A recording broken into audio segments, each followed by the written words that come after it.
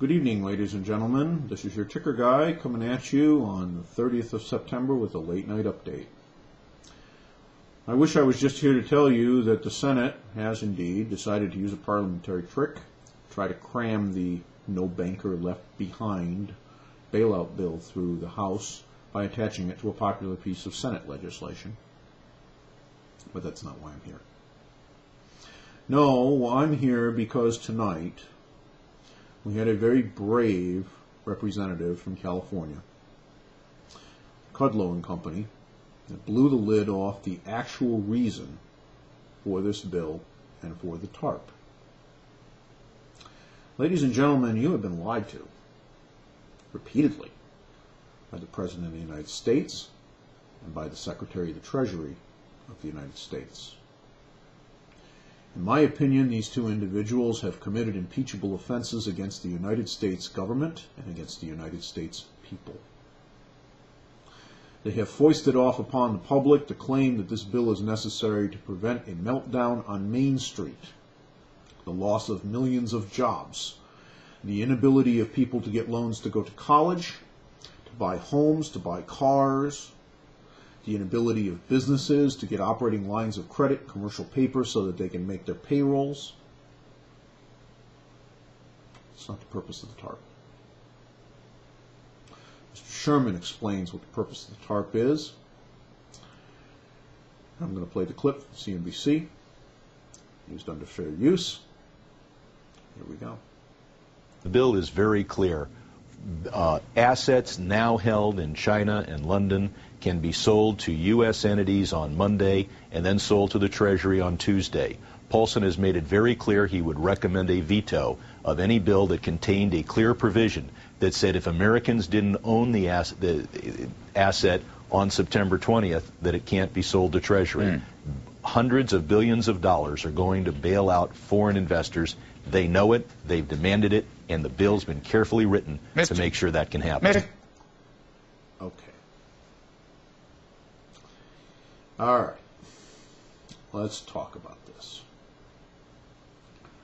Mr. Paulson sent a 3-page bill to the House and Senate leadership, essentially demanded that they pass it, and said that if they didn't, Armageddon would visit our shores economically in days. The House and the Senate wisely said hell no, and went through and revised it. But the key provision wasn't that King Paulson was going to be crowned. The key provision, as we now have discovered, thanks to Mr. Sherman, is that the cow patties, or crap sandwiches if you prefer, could come from anywhere that Mr. Paulson would like to purchase them from. The definition of the underlying collateral for these securities is a residential or commercial mortgage. It doesn't say that that mortgage has to be written on a property in the United States. And Mr. Paulson said that he would recommend a veto, which he wouldn't do without the President's concurrence, if there was a restriction on foreign entities from proffering their debt into the TARP. Their bad debt, that is. After all, why would you sell your performing debt that's working out just fine? So, ladies and gentlemen, you are being asked to sit still while Congress passes a law that will allow the Treasury Secretary to buy $700 billion worth of bad debt from Shanghai, Great Britain, Australia, and Germany,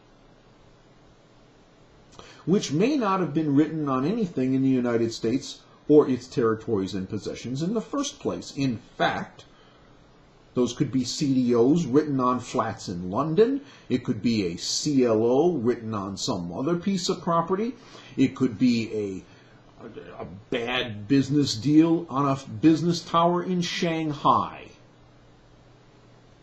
This is what the purpose of this bill really is. It is not to bail out Main Street America. It is not to provide help to homeowners. It is not to provide any of those kinds of things. It exists for one and only one purpose, because that is where the veto threat came from. And if you remember, the other thing Mr. Paulson said is that he would not approve any plan that didn't have as its core the purchase of these assets by Treasury. A plan that, for example, was the Genesis plan that I have put forward is unacceptable because it doesn't involve buying hundreds of billions of dollars of junk paper. But the issue is not buying hundreds of billions of dollars of junk paper from the United States banking system. It is being able to buy hundreds of billions of dollars worth of junk paper from foreign banks. Oh, yeah. We kind of forgot to tell you that, didn't we? Well, you know what? Mr. Sherman sussed it out. And then, when this was brought up to Mr. Hanky Panky's attention, and they said, you know, this is kind of uncool. We got a little bit of a problem with this. Hank Paulson said, if you change it, the bill gets vetoed. Ladies and gentlemen, you must make a decision here and now. This video needs to get spammed to every email box in America today. You are about to be hung out to dry, not so you don't lose your job, not so your kid can go to college, not so you can buy a car, not so you can fix your roof, and not so you can get a mortgage to buy a house. That's what you're being told, but it isn't the truth. The truth is that this $700 billion rescue plan is all about rescuing a bunch of greedy bastards in other countries who made bad bets. And some of those bad bets may have been ours. And you know what? I bet there were some threats behind them. We're not going to hear about that, are we? You know, China was making noises about that a few days ago. They've suddenly gone silent. Australia didn't, though. Neither has Germany, neither has Great Britain. All three of those nations have come out with really interesting little statements the last few days. I wondered what in the hell their motivation was to bitch about the fact that we didn't pass a bill on their schedule. Why the hell do they care? It's for United States citizens, United States commerce, United States banks, right? Wrong. You, the American citizen, need to choose. Are you going to enslave yourself? 25% of the federal budget, folks, and it's going to disappear into a tornado within days. And it's all going to fly right out of the United States. Hey, you know, Ben Bernanke, hundreds of billions of dollars in swap lines. Now do you know why he did it?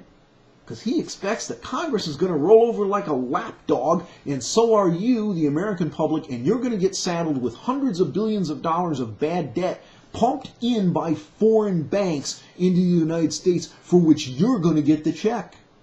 You going to stand for this?